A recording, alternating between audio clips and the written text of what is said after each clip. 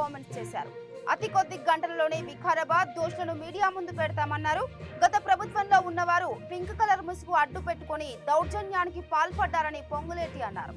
రైతులు అనే టైటిల్ పెట్టుకొని ఆ ముసుగు వెనుక ఎవరు నడుపుతున్నారో వాళ్లను అతి కొద్ది గంటల్లో మీడియా ముందు ప్రవేశపెడతామని సంచలన వ్యాఖ్యలు చేశారు.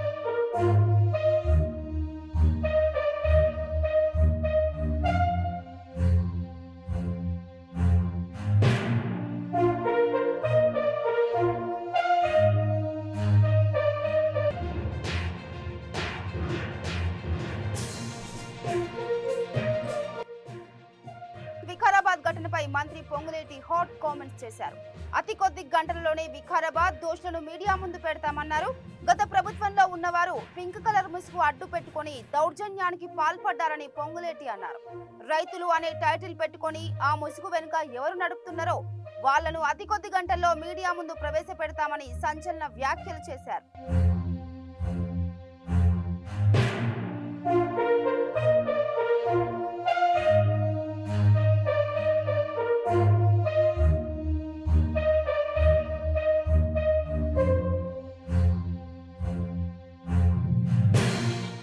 ఏదో ఒక ముసుగేసుకొని ముసుగు వెనకుండి అధికారులను ఏదైతే సామాన్య ప్రజల కోసం మంచి చేయాలని తాపత్రయపడే ఈ ప్రభుత్వాన్ని గత ప్రభుత్వంలో ఉండే ఆ పింక్ కలర్ ముసుగేసుకొని ఆ ముసుగును అడ్డం పెట్టుకొని దౌర్జన్యానికి పాల్పడితే రైతులు అని దానికి ఒక టైటిల్ ఇచ్చి రైతులు అనే పేరు ముందు పెట్టి ఆ ముసుగు వెనక ఎవరైతే నడుపుతున్నారో వారిని తప్పకుండా మీడియా ముందు అతి కొద్ది గంటల్లోనే ప్రవేశపెట్టబోతున్నారు.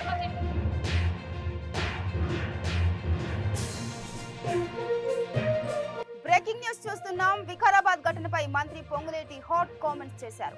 అతి కొద్ది గంటలలోనే వికారాబాద్ దోషులను మీడియా ముందు పెడతామన్నారు.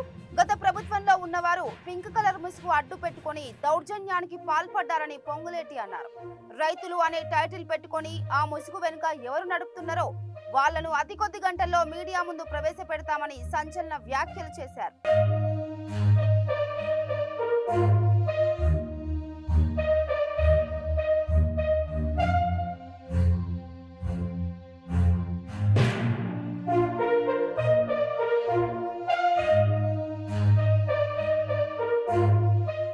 ఏదో ఒక ముసుగేసుకొని ముసుగు వెనకుండి